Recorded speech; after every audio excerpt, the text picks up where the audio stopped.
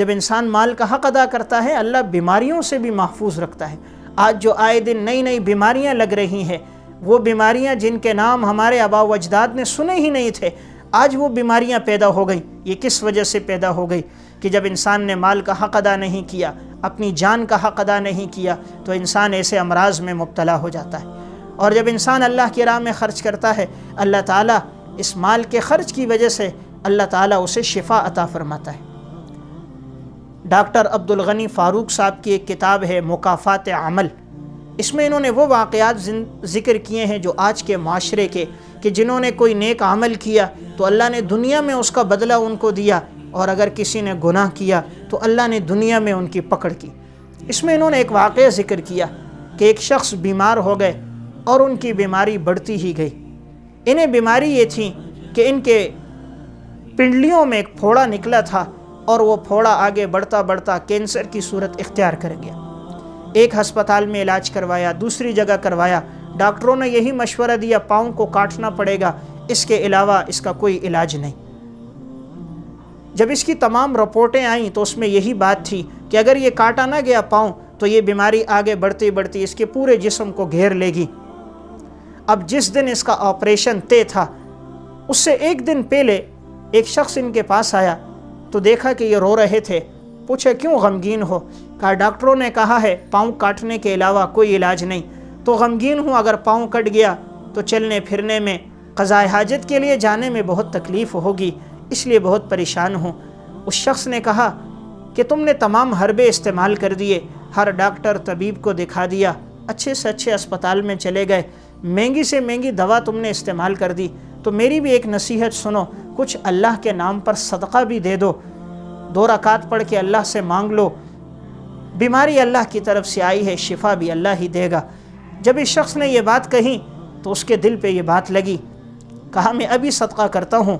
کل کے دن آپریشن طے تھا، اپنے گھر سے 70,000 روپے منگوائے، اور اسپتال کے اندر جو نرسیں تھیں، جو غریب لوگ تھے، خدمتگار لوگ تھے، ارد گرد میں جو مساکین تھے انہیں بلایا، اور ان کے درمیان وہ 70,000 روپے تقسیم کر دی۔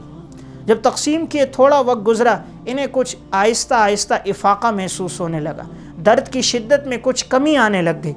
تو انہوں نے ڈاکٹر کو بتایا مجھے تکلیف میں کچھ کمی آ رہی ہے۔ تو اگلے دن جو آپریشن طے تھا تو انہوں نے کہا آپریشن نہیں کرتے، اس سے پہلے دوبارہ ان کی تمام رپورٹیں دوبارہ کرواتے ہیں۔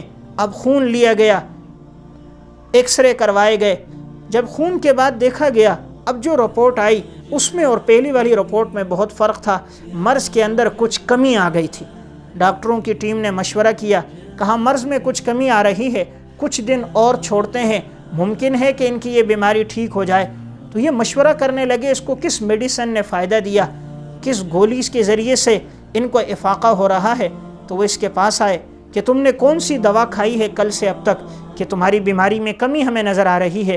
اس نے کہا دوائیں تو وہی جو پہلے سے کھا رہا تھا، لیکن سب سے بڑی دوا جس سے مجھے افاقہ ہوا وہ میں نے صدقہ کیا ہے، 70,000 روپے، اس وقت سے میری بیماری میں کمی آ رہی ہے۔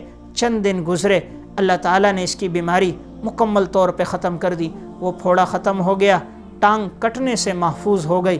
یہ طاقت اللہ نے صدقے میں رکھی۔ تو اللہ تعالیٰ نے اگر مال دیا ہے، اللہ کے راستے میں خرچ کریں، اپنے عزیز و اقارب پر، یتیموں، مسکینوں، بیواؤں پر، مدارس کے طلباء پر، کہ جو دین سیکھنے کے لیے اپنے گھر بار کو چھوڑ کر آتے ہیں، اللہ اور اللہ کے رسول کے دین کو سیکھتے ہیں۔ اللہ نے مال دیا ہے تو ایسے مہمانان رسول کے ساتھ بھی تعاون کریں، تو اللہ تعالیٰ آپ کے مال میں برکت دے گا۔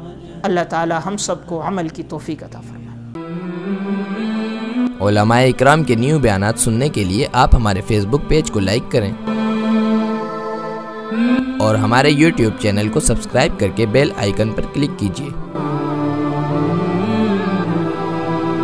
اپنی نیک دعاؤں اور تمناؤں میں ادارہ سعد نشریات کو یاد رکھیں۔ شکریہ۔ علماء حق کی آواز، سعد نشریات۔